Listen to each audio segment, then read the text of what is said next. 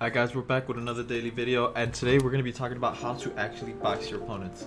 I know you've seen so many videos tell you to do this, to do that, build this, edit that, but today I'm going to show you how to do it, when to do it. So the easiest way to box someone is by predicting where they're going to go.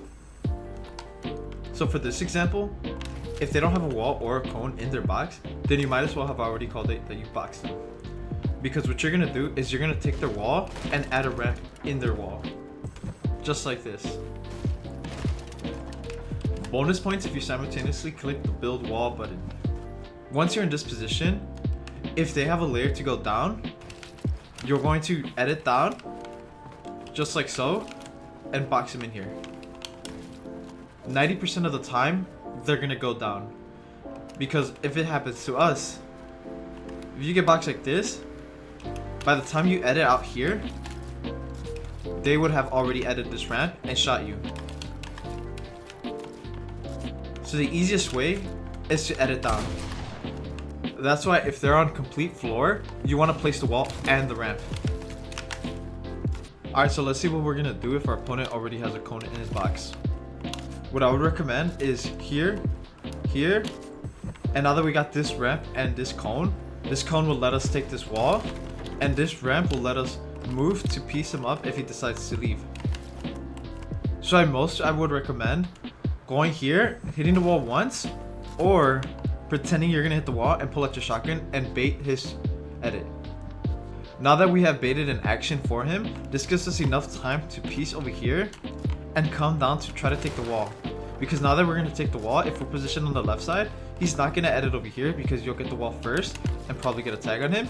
He's either gonna go here or down. And now that it leaves him with two options to edit out, that gives us a 50% chance to box him. For the sake of the tutorial, I would always say expect him to go here, because even if he goes down, you can always reset and try to piece him again. Because if you go down and he goes over here, you've just lost your height. If your opponent has the option to edit down, do not pressure with this ramp right here, because once you take it, he's gonna edit down and it's gonna take you way too long to get down to him. So we can mess with our opponent by purposely taking control of these boxes and then trying to take his wall from the right just to come to the over here. Or we can take control of both just so we know he's only gonna go down. Mess around and find out what your opponents do. We're also able to piece our opponents from a bottom layer by using the Martel's Peak. So the Martel's Peak goes with a floor, a ramp, and then we peek and shoot. But instead of peeking and shooting, we're just gonna build walls all around above us, and now your opponent is boxed. Here's a piece control tip that always works on good players. So let's say you guys are ramping each other. You can either ramp him, right? And now he has to find a way to win height on you. Or you purposely let him get the ramp on you. Because what you're gonna do is you're gonna go to the side and you're gonna aim your cursor a little bit high so you can get this cone up here.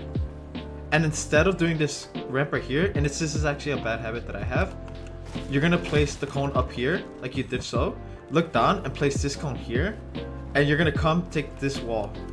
So you have two options. This is a peek I usually do. You can box him, and now he's probably dead. But sometimes a player reacts quick, and they escape out the back before you can do anything. That's when you go over here and piece him again. I would say these are the fundamentals to boxing your opponent, and I would like you to keep in mind that you have to think like your opponent. See what options he has to run away and limit his options of where he can go, and predict him to go to either one of those or the only option he can go to. Anytime you're in their situation, try to figure out where you will go. So if I'm going to go right here because my opponent did a certain move, then do the move on somebody else and predict that he's gonna go exactly where you went when you were in their scenario.